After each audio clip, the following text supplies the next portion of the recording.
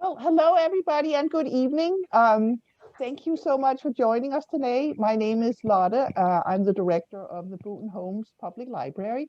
Um, I know that you are coming literally from all over the country today, and I am so excited that you can join us with Eleanor Herman, who is going to talk about sex with presidents. Um, I will give a shout out to my colleague Laura Krause, who is the reader who came and said, we must have this woman come and talk for us. So thank you, Laura, and thank you, Eleanor, for being here today. I'm giving you the word to you right now. Thank you. Thank you so much, Lotta. And it's an honor. I love talking to libraries. I like it better in person, so I can feel the energy in the room and see you all right in front of me. But for the past year, this has sort of been how it is. And the advantage is, of course, that I get to reach a lot more of you all over the country, and in some cases in foreign countries. So that's a good thing. So my first book was Sex with Kings, which looked at the lives of European royal mistresses. And my second was Sex with the Queen, which examined the love affairs of queens. And more recently, what with the allegations of the most recent resident in the White House, I decided to explore sex with presidents. It's not that I'm a sex maniac or there's an awful lot of sex in these books. It's just that I think sex is a kind of prism or a lens, along with power, money, let's say, to examine human behavior and human nature, which for me is this great mystery. So I'm going to share my screen. I have a PowerPoint for you. That is the cover of the book. I think they did a really good job. The artist initially had the presidential seal on the girl's butt, but Barnes and Noble felt that was disrespectful and made me change it, which I thought was very rude of them, because this day and age, I don't know that anything even is disrespectful anymore. So I'm trying to go to the next slide. There we go. As a descendant of Mayflower Pilgrims, I've always been aware of a strong streak of Puritan prudery in our national culture, despite the hundreds of millions of immigrants to this country from every part of the world. And here we see some of my forefathers who were not exactly a barrel of laughs. And going into researching this book, I believe that until fairly recently, American voters, unlike their European counterparts, must have been horrified by any political sex scandals and would mostly not have voted for candidates embroiled in them. And I could not have been more wrong. The first US political sex scandal involved not a president, but one of our founding fathers. Alexander Hamilton was quite influential in writing and interpreting the US Constitution, and he was the first Secretary of the US Treasury. Handsome and flirtatious, he was happily married to a lovely woman, Elizabeth, and had a growing brood of children when, in 1791, the 34-year-old began an affair with 23-year-old Maria Reynolds. Unfortunately, we don't have a picture of Maria, but she must have been scintillatingly sexy because she had quite an effect on men. I came up with two pictures of what she could have looked like based on the time period and the descriptions of her. So Maria and her husband, James, had set up this affair as part of a blackmail scheme. And Hamilton paid them a lot of money, even as he kept having an affair with Maria. He finally broke it off within a year, but he had written her a lot of letters. And when the scandal broke in the press in 1796, leaked by Hamilton's archenemy, Thomas Jefferson, Hamilton was accused of more than having an extramarital affair. His political opponents saw the payments to James Reynolds as proof that Hamilton was using him to speculate in government investments on his behalf, thereby breaking Hamilton's own anti-speculation laws and making an illegal fortune. Now, instead of denying the affair, Hamilton wrote a 100-page pamphlet admitting it, including every letter that he, Maria, and James had written each other, but he denied breaking any laws. And the American public appreciated his honesty, they really didn't care about the man's sex life, but they would have been furious if he had been corrupt, and his reputation suffered little damage in the long run. In 1787, the widower Thomas Jefferson, the US ambassador to Paris, wanted to bring his 9-year-old daughter Polly over from Virginia to join him and her 15-year-old sister. There were difficulties in finding a suitable companion to look after Polly on the journey, and ultimately one of Jefferson's enslaved people on his plantation of Monticello, 14-year-old Sally Hemings, was given the task. Sally was Jefferson's late wife's half-sister, as Martha Jefferson's father had had several children with one of his enslaved women. So on the left is Jefferson during his tenure as US ambassador to France. And on the right is a photo from that lovely movie Belle that came out a few years ago. I don't know if you've seen it. And this is how I imagine Sally Hemings in France. She would have been dressed to the nines as the lady's maid of the US ambassador's daughters, and would have gone to the court of Versailles with them to see King Louis XVI and Queen Marie Antoinette. Now, we don't know when a sexual relationship began, but when Jefferson went back to Virginia 2 years later, 16-year-old Sally was pregnant. Now, she could have obtained her freedom by staying in France, but Jefferson persuaded her to return to Virginia with him, promising he would free their children when they turned 21, and Sally complied. They had 7 children over the next 20 years, 4 of whom lived to adulthood. And when Jefferson was president, a muckraking hack journalist discovered that he had had a relationship with his enslaved woman and several children with her. And he wrote the most scathing articles about him, hoping to make Jefferson lose the 1804 presidential election. But American voters were happy with Jefferson's strong economy, low taxes, and the triumph of the Louisiana Purchase the year before, when he had doubled the size of the country at a pen stroke. Hardly anybody cared about his relationship with Sally Hemings, and it appeared the two of them remained faithful to each other until his death in 1826. Few people know that we had a gay president, James Buchanan, who was the president right before Abraham Lincoln. And Buchanan had a 13-year affair with a man, William Rufus King, on the right, who was vice president in 1853 and died in office.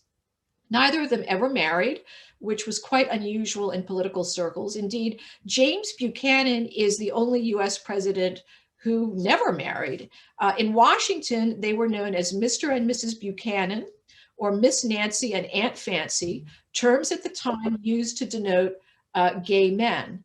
And when King served as ambassador to France in 1844, Buchanan wrote a friend, "I am so solitary and alone, having no companion with me. I have gone a-wooing to several gentlemen, but have not succeeded with any of them." The story, by the way, never made it to the press. In 1873, Grover Cleveland, a 36-year-old bachelor lawyer and sheriff of Buffalo, New York, was courting 33-year-old Maria Halpin, a lovely widow with 2 children, who sold clothing at a large department store. One night, Cleveland raped her, and she became pregnant. She begged him to marry her to salvage the situation, and he refused. When she had the baby, Cleveland took him away and gave him to a childless friend to adopt. He put Maria in an insane asylum against her will, and she got out after a few days because she was clearly not insane. Fast forward 10 years, and Cleveland, who had been mayor of Buffalo and governor of New York State in the intervening time, is now running for president with a national reputation for rooting out corruption, cutting taxes, and genuine accountability to his constituents. After Cleveland was nominated as Democratic candidate, people who knew about what had happened to Maria gave the story to the press. Interestingly, Cleveland did not deny it. He was furious with his campaign staff, who painted Maria as a whore who had been sleeping with several men at the time. which was not true. And Maria, to defend herself, jumped into the fray and told her side of the story to the press. The whole country was in an uproar about it. Think about this, 1884 with this story going on. Cleveland's opponent, Republican candidate James Blaine, had a spotless private life, but he stole money hand over fist from the government in a series of dirty deals. So, how would the American public vote? For a sanctified sex life or a rapist who would save them taxes? Well, they voted for the rapist at the height of the Victorian era. And here is a cartoon during the campaign showing Maria with a squalling infant. The child was actually 10 years old at the time, but never mind. Cleveland's opponents kept heckling him with, "Ma, ma, where's my pa?" And after he won the election, his supporters cried, "Gone to the White House, ha, ha, ha." In 1886, Cleveland, a 49-year-old bachelor, married the lovely Frances Folsom, at 21, the youngest First Lady the United States ever had. In 1908, Woodrow Wilson was the president of Princeton University and happily married to his wife of 20 years, Ellen, on the right. He went to Bermuda for several weeks that winter to reduce his blood pressure, which was sky high due to stress. And while doctors could measure blood pressure, there was no medication to reduce it at the time. So doctors prescribed relaxation. And it was there in Bermuda that Wilson met a charming married socialite named Mary Hulbert Peck on the left and began a heated affair with her that lasted several years, though it cooled off once he became president in 1912. So when Ellen Wilson died of kidney disease in 1914, many believed that Wilson would, after a suitable period of mourning, marry Mary, who was by then divorced. Well, they were wrong. Just a few months after he lost his wife, the grieving president met a Washington, D.C. socialite, the wealthy widow Edith Galt, and was completely smitten. After a torrid courtship, they married. When Wilson had a series of debilitating strokes in 1919, it was Edith Wilson, who had left school at the age of 14, who was effectively running the country. She would take papers from senators and cabinet officials, go into her husband's darkened sick room, and pretend to get instructions from him, though he was usually crying and unable to speak. And it was because of her that the 25th Amendment was passed, providing measures to ensure that the vice president becomes acting president if the president is, and I quote, unable to discharge the powers of duties of his office. Now, Warren Harding was quite a ladies' man. There was something about him, photographs just don't do it justice, that turned otherwise normal women into howling cats in heat. Widows, teenagers, socialites, actresses, respectable married women, ballerinas, they followed him around begging to bed him, and he almost always complied. This drove his long-suffering wife, Florence, mad with jealousy. My favorite story is the one where Florence, told by her Secret Service agent that Warren was having sex with a girl in the Oval Office, went banging on the door, but was prevented from entering by one of Warren's Secret Service agents. And by the time Florence finally did enter, the girl had been spirited away, and Harding was sitting at his desk innocently perusing papers.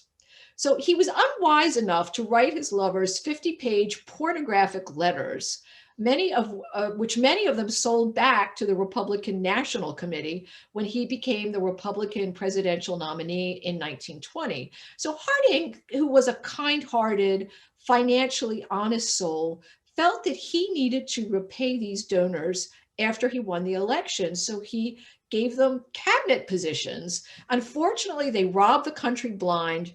Most of the scandal coming out after his sudden death in 1923 from heart failure. And the scandals ruined his legacy. Something else tarnished his reputation. He had had an affair with a young woman named Nan Britton, who had a daughter she claimed was his. And after Harding's death, Nan didn't have the money to support her daughter and asked the Harding family for support. They turned her down flat and said this wasn't Harding's daughter. In 1927, Nan wrote the first presidential sex scandal tell-all, a book she called The President's Daughter, and she made a fortune. Self-published, no one would touch it. And in 2015, a DNA test of Nan's grandson and Harding's great-nephew proved the girl had been the president's daughter after all. In 1905, 23-year-old Franklin Roosevelt married a distant cousin, 21-year-old Eleanor Roosevelt, against his mother's wishes. He loved Eleanor for her seriousness, her kindness, and intelligence, while all the other debutantes were flighty and flirtatious. Alas, the bride and groom were ill-suited. Franklin loved sex and feminine, soothing women with a great sense of humor. Eleanor hated sex, had almost no sense of humor, hectored him constantly, and seemed to grow less feminine as time wore on. In 1916, Franklin began an affair with Eleanor's social secretary, Lucy Mercer. And here she is on the left at about the time the affair began, and on the right about 20 years later. Lucy was everything Franklin wanted in a woman, smiling, soothing, laughing, and very feminine. When Eleanor found out about the affair in 1918, she demanded a divorce, and Franklin eagerly agreed. He wanted to marry Lucy, the love of his life. But his mother, who held the purse strings and paid all of Franklin's bills, announced she would cut him off without a dime. So Franklin and Eleanor stayed together, but never more as man and wife. Lucy married an extremely wealthy man, but never totally gave up Franklin.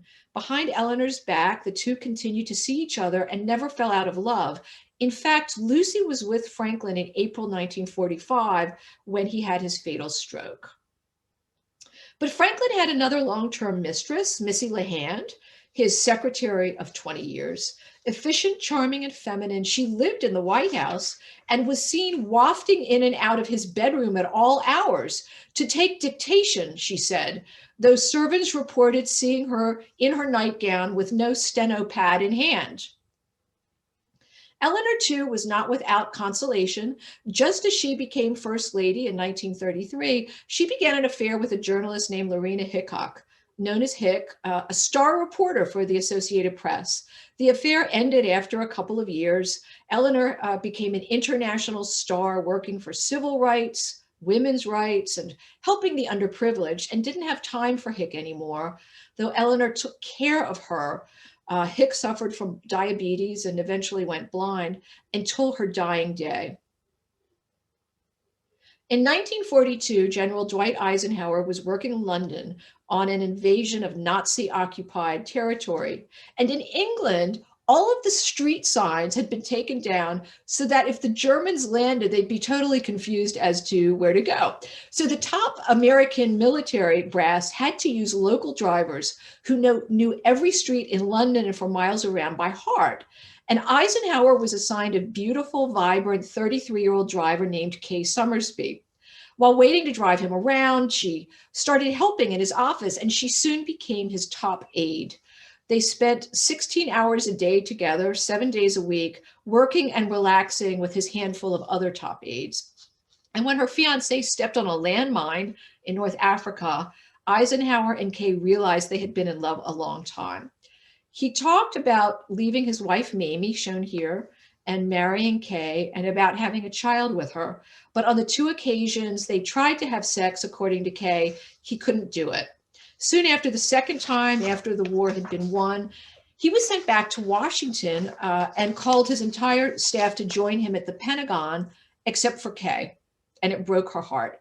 The man who had faced down Hitler didn't have the courage to tell Kay face to face that it was over. As she wrote her autobiography in the 1970s while she was dying of cancer, she made it clear she never stopped loving him. JFK and Jackie were the most attractive first couple ever. The American public had no idea what a sham their marriage was. Jack Kennedy was a pathological philanderer. At a big party on their Mexican honeymoon, Jack disappeared with a woman, leaving his wife sitting alone in utter humiliation. And when Jackie gave birth to a stillborn daughter, he and his brother Teddy were sailing the Mediterranean with 3 Swedish blondes, and he didn't want to come back to visit his wife in the hospital. Jackie wanted to leave him before they had a living child, but her father-in-law bribed her to stay in the marriage, afraid that a divorced man could never become president. And the father, that's what he wanted more than anything, was for one of his sons to become president. After she had her daughter Caroline, she probably realized she was just stuck with him. It's possible that Kennedy had an antibiotic-resistant strain of chlamydia, which he gave to Jackie, which would explain why out of 5 pregnancies, she only had 2 living children. And living with such a shameless philanderer, she grew depressed and started using prescription drugs to deaden the pain. Before she became First Lady, she had an affair with Hollywood actor William Holden. And in the months before her husband's assassination, she had an affair with Aristotle Onassis, whom she later married. Jack Kennedy had sex several times a day with all kinds of women, socialites, his White House employees, actresses, prostitutes. He liked to have sex with these women in his wife's bed when she was out of the White House, which was often.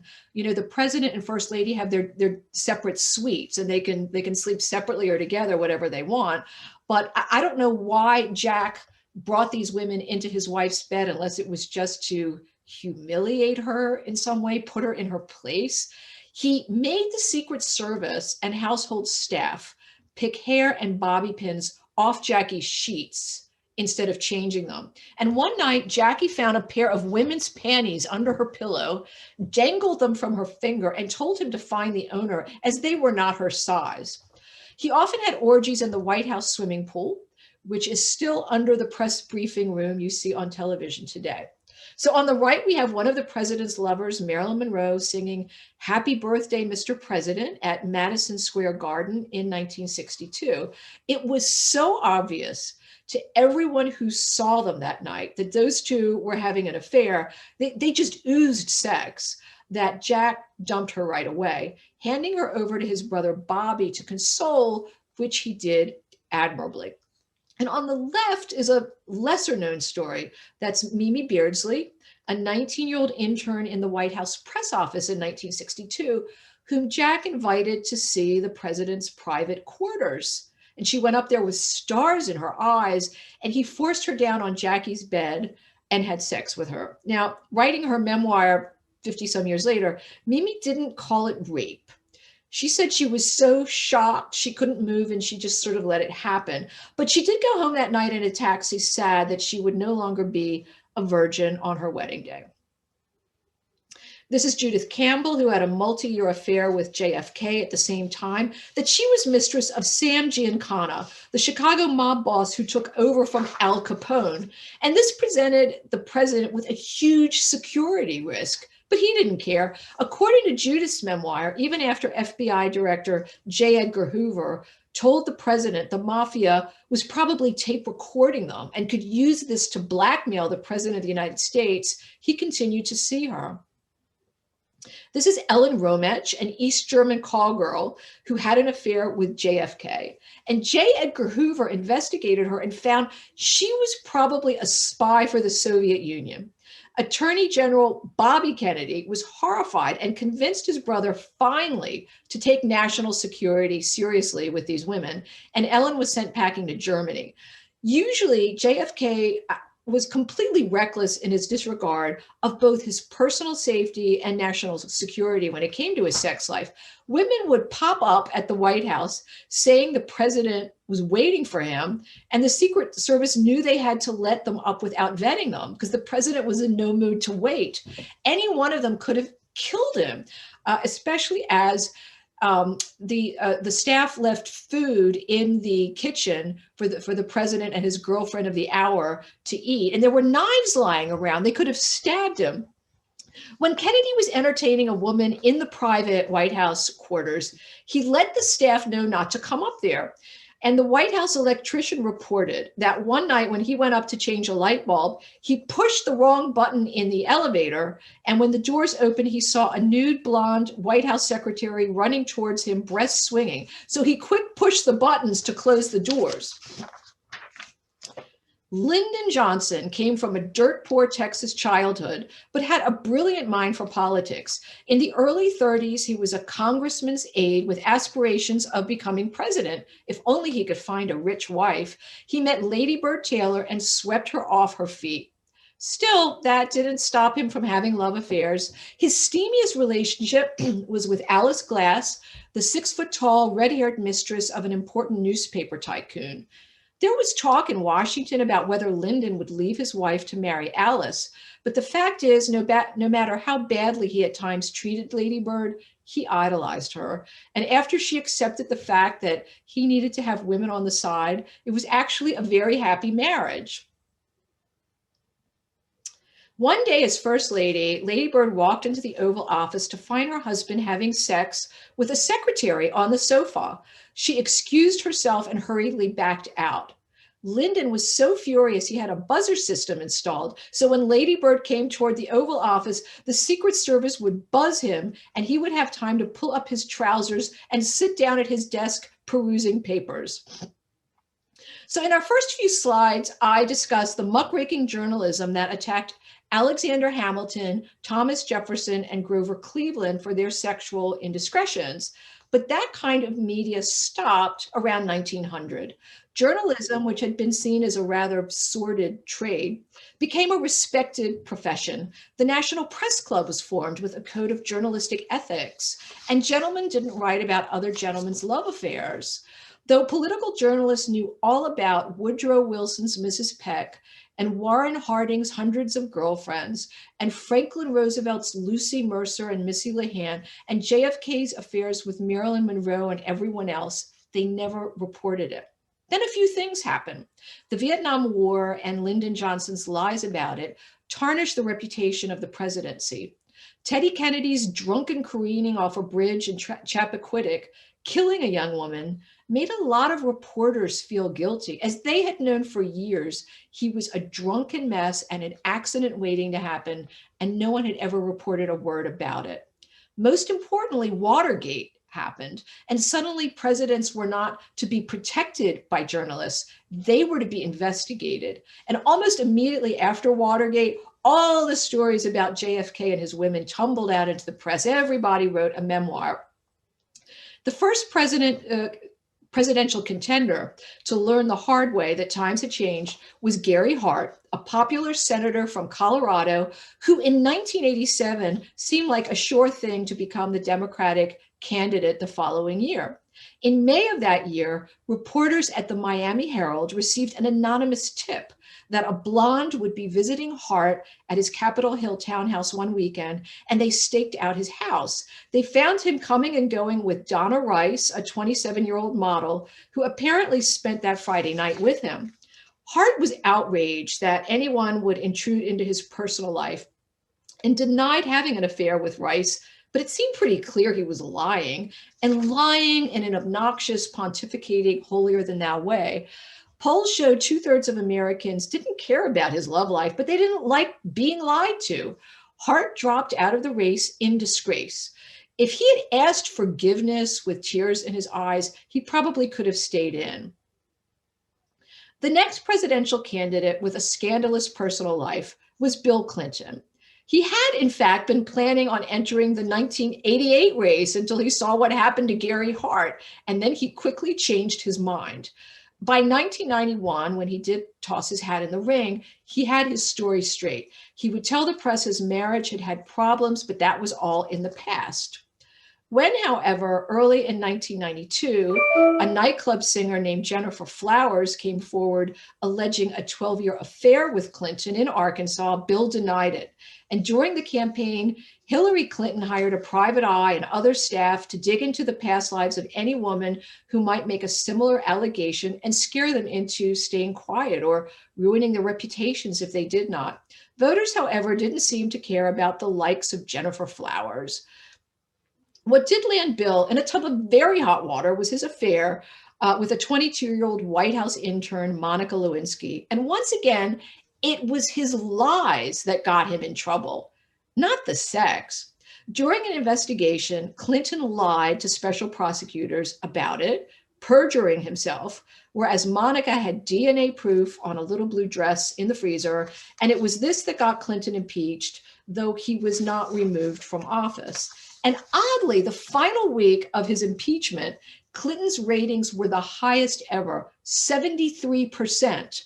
Many Americans felt that he was the victim of sexual McCarthyism, and he had only lied about sex, and everybody lies about sex. So by the time we hit the late 1990s, Americans don't even care anymore if politicians lie to them about sex, which was a good thing for the next president involved in a sex scandal. Even many evangelical Christians who were furious at Clinton's antics with women understood that Trump had been a playboy and a ladies' man, cheating on all three of his wives and lying about it, and many of them didn't seem to care. Most of Trump's supporters didn't even care about the allegations of sexual assault or his boasting about it on tape, because they approved of his handling issues such as immigration and the economy. Trump got himself in trouble by paying off two women for their silence shortly before the 2016 election: Playboy Playmate of the Year Karen McDougal and adult film star Stormy Daniels. In doing so, he may have violated campaign finance regulations, and I believe at least one of the investigations is still going forward. But it was a similar situation to that of Bill Clinton, that if both men had just said, yeah, I did it, I'm ashamed of myself, and I owe an apology to my wife and the American people, there would have been no legal repercussions. And that's what Trump should have done. And from now on, I hope it's what every politician involved in a similar scandal should do. The fact is, nobody really cares about these guys' sex lives. In 1884, most people didn't care that Grover Cleveland had raped a woman, and lying just gets them in legal trouble. The last section of my book looks at political sex scandals in other nations to compare them to our own American sex scandals. The French in particular see a lusty sex life as evidence of strength, virility, and leadership. When the Monica Lewinsky scandal erupted in 1997, the French were utterly mystified by it and dubbed it Le Zippergate. One French politician, Christine Boonton, said, "He loves women, this man. It is a sign of good health." Before he became president of France in 1981, Francois Mitterrand lived for many years with his wife and her young lover in a Paris apartment.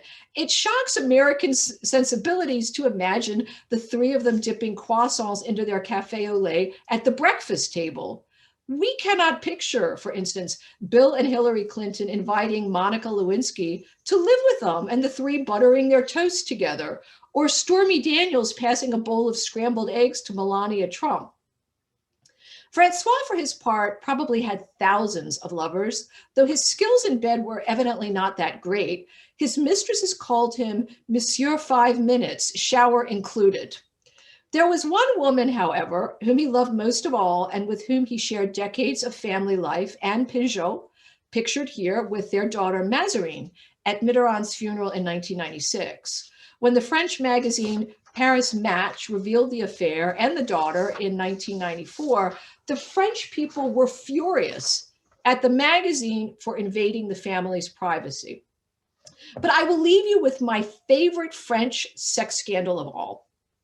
In 1899, President Félix Faure of France was entertaining his mistress, a 27-year-old socialite named Marguerite Steinheil, when he had a massive heart attack. His hands locked into rigid fists in her hair, an iron grip from which Marguerite could not extricate herself.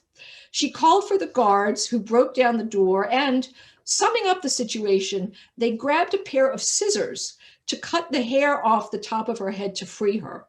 The palace descended into an uproar, and the First Lady was on her way. Marguerite quick grabbed her clothing and, sporting a very unattractive new hairstyle, raced out of the palace. Unfortunately, she left her corset on the floor, which the First Lady found. It can be said that Félix Faure was one of the world's few political leaders who came and went at the same time. Thank you very much.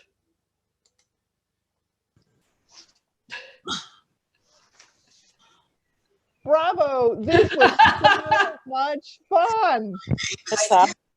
Oh, because it's your computer. Sorry. Do we have any questions? Wow. Unbelievable. So I actually have a question. Okay. Let me just like put my video back on. So it seems to me that Roosevelt and Bill Clinton had a lot in common. Mhm. So discuss and compare. I think they were both brilliant men and very attractive men. I think both of them, their marriages, by the time they came in office and maybe well before that, were not what we would call a usual marriage. They were political partnerships. Okay. So I think that is the commonality. And Eleanor didn't want to be first lady. She dreaded it. She absolutely hated it. But she finally saw it as a point from which she could help a lot of people. Mm-hmm. Civil rights, women's rights, minors living in shacks. She did so much for so many people, and she got an awful lot of flack for this because that was not the traditional role for a first lady. They were supposed to wear a pink dress and serve tea. So people ended up making fun of her buck teeth, because that's the only way they could really drag her down, which is the subject of my next book, is like how you drag powerful women down.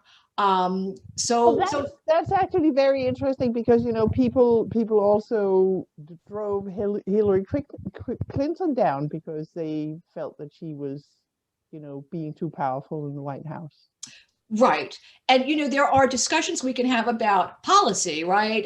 Immigration and abortion and all of these things. But when you find that women are being attacked because their hair is wrong and they have buck teeth and their voice is shrill, and so that's when it's misogyny involved. It's not substance.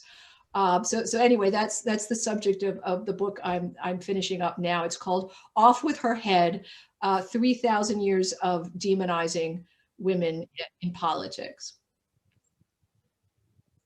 Great, thank you. It looks like Carol wants to say something. A question that you want me to ask them? Yes, please ask me the question.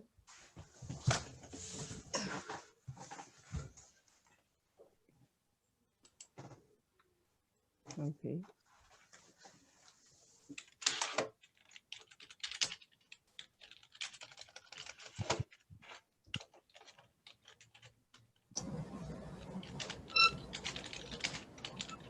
Do we have another question? Yes, this is Sandra.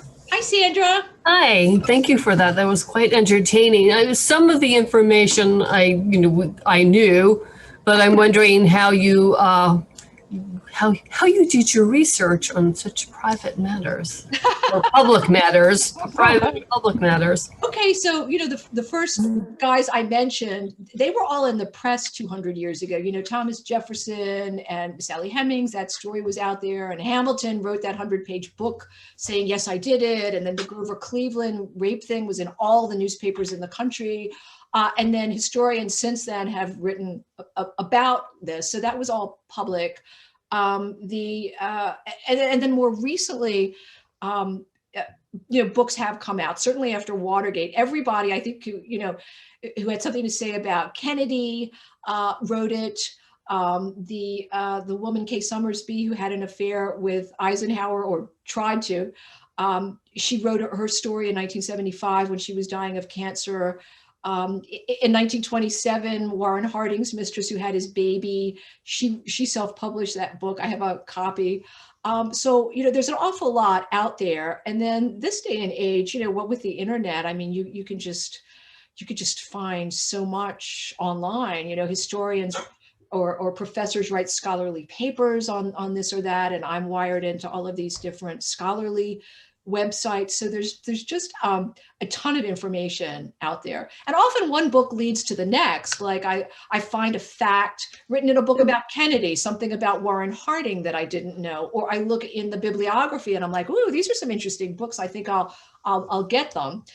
If any of you are interested in finding out of print books, there's this fabulous website called bookfinder.com.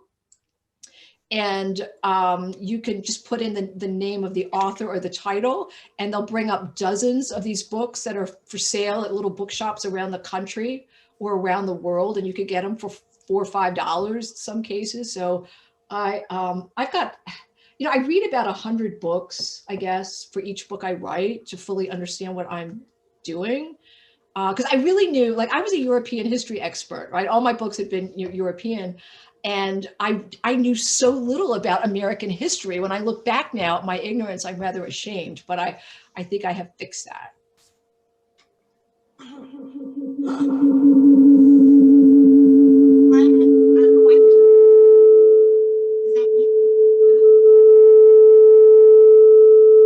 is that? Somebody needs to turn off their, everybody puts their mic back on. I think that'll solve this. Yeah. Thank you. We have one question from the chat. So what about Obama and the Bushes? Didn't cheat or didn't get caught? So Obama, definitely not. As a matter of fact, my book, Sex with Presidents, is coming out in paperback in a few months. And HarperCollins has this really fun thing called PS. It's like bonus material in the back. And they said, what do you want to write about? I mean, do you even want to do this? And I'm like, oh, I am so tired of writing about these guys with like chronic broken zipper syndrome. After a couple of years, it gets depressing, probably because it reminds me of my first marriage. And who wants to go back there, right? So I said, why don't I write about the happiest presidential marriages, right? It's uplifting. And so I researched a lot of them. I think I ended up with 6 or 7. I didn't have room for all of them, but I think the Obamas are one of the happiest couples ever. And their personalities are very different. He's very easygoing and she's more stressed and pessimistic. So I think she keeps him grounded and he keeps her from, getting really depressed. So it's a very good balance. When she first met him, he was working as an intern in her law office and kept begging her to go out with him. And she just didn't want to go. And finally, with his charm, he persuaded her and he picks her up in this rusted out, broken car.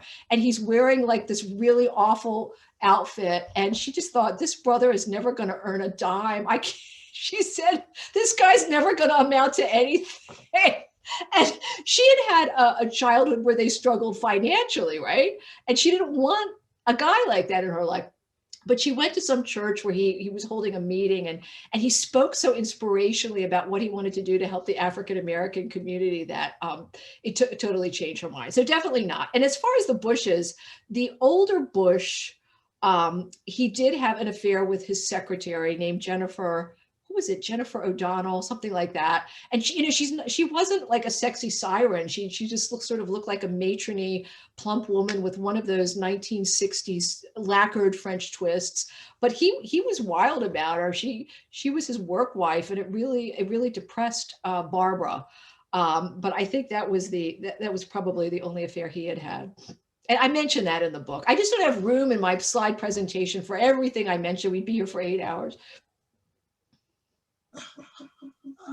So question for you, Eleanor, sort of percentage wise, how many do you think is 25% of the presidents who have sort of gone a little beyond, or are we talking 50-50 or? It's hard to say because in the 19th century, I imagine there were a lot of these guys that did have affairs, and we just, it was the time where the press didn't report it. Maybe it was private.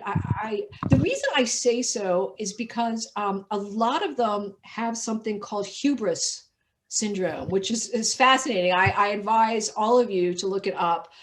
As a historian, I've been working with psychologists in the past to try to understand why do people do what they do. And so I have a basic understanding of human psychology, and most psychological issues develop either, when you're a teenager or you're a young adult, you get your schizophrenia or whatever.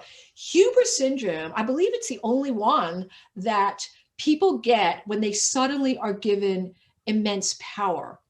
And it's feelings of recklessness, euphoria. You could do whatever you want. You don't listen to advice. You take wild risks. And I think a lot of the presidents have had it. The fascinating thing about it is that as soon as they leave office, whoop, it goes. So it's a temporary mental disorder. But I think JFK had it. I think Trump had it. Maybe he had a couple of things going on before he got into office. I think, and it leads people to have reckless sexual affairs. Well, that's so fascinating. So you think that they go poof in the night once they're not presidents anymore? Yes, it's a fact. This one fellow, he was a British minister, I think in the 60s. He must be in his 90s now, but he worked with Maggie Thatcher. And, towards the end, she was like a raving maniac, right? And she wouldn't listen to anybody, and she was going to do whatever she wanted. And if you didn't agree with her, she would excoriate you publicly and fire you. And it was just like, she got way out of control. And so he had seen this in so many cases of powerful people. He dealt with French leaders and American leaders. And he was also a trained, I think, neurologist or something. Look up hubris syndrome. David, what is his name? Anyway, he's the one who came up with it, and it's a fascinating book. And after they leave, within a few weeks, it goes poof, right? Like they don't have the power anymore. The question is, with somebody like Donald Trump, is great wealth is great power. So that, unless he's living in a one-bedroom apartment in a seedy section of town, I don't know that it's gonna go away. So that it might be different in his case. We have another question from the chat. Everybody who's not talking, mute themselves. Thank you. Let's see. What stories did you find the saddest or happiest? The saddest stories were the ones where I read the first person memoirs, and Kay Summersby, Past Forgetting. Go to bookfinder.com and get that book. I'm sure it's out of print. It's about, how we won the war and her day-to-day life, trying to, everybody was chain smoking and drinking and the stress, and her fiance stepped on a mine and got blown to 1,000 pieces. And she was on a ship and it sank, and she's in her nightgown in a canoe. And it's very dramatic, but she just loved him so much. And she's on her bed dying writing this, and it just broke my heart to read it. And he gave her this little dog when they were in North Africa, I think. And then, it's like 17 years later, their affair is long over, and the little dog has to be put down. And that was her last connection to Eisenhower. And just like, I was crying reading this. The same thing happened reading Nan Britton's story, The President's Daughter, where she's like 23 and she's got postpartum depression. And, she's in France. He sent her on a trip to France, and she reads in a French newspaper, he's dead. And she has no money in the world to support his baby. Right. I mean, it broke my heart for her too. And there's some sad stories. So that really, what made me laugh was like the funny ones, like the French ones and stuff. I think they're pretty funny.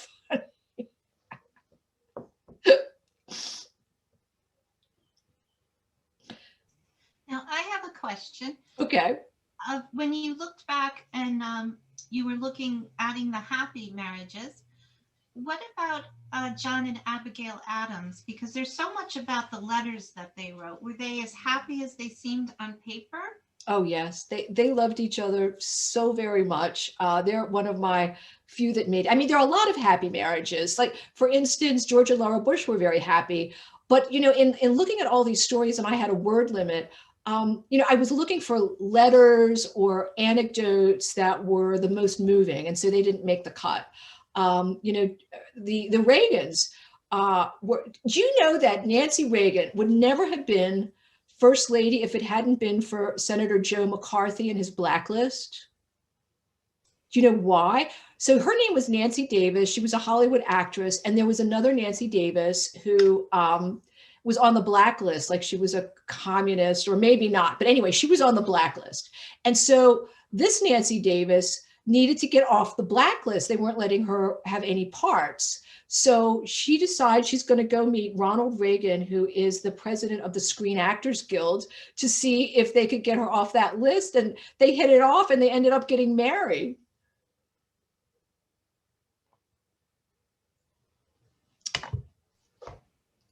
One good thing to come out of that list, I suppose. And they always left each other little notes around the White House, like, I love you and miss you. And yeah, it was very sweet. Yeah, that is sweet. Anything else? So I have a very funny video I'd like you all to watch. Go to my website, eleanorherman.com, and I will write it here. Yep. We shared it in the chat earlier. Oh, you did? You already did that? Okay, because I'm very proud of that video. I think it's hilarious. So thank you, Eleanor. This was absolutely lovely. So much fun and really lots of food for thought. Not all of it salacious. But thank you so much. And let's talk about that other conversation that we are going to have. That would be fun. Yes. Yeah. I may be doing a completely different kind of presentation in the coming months. No sex at all. So thank you everyone for coming, and thank you, Eleanor, for being here with us tonight. You're very welcome. It was really delightful. All righty. Bye-bye, everybody. Presentation. Thank you. It was wonderful.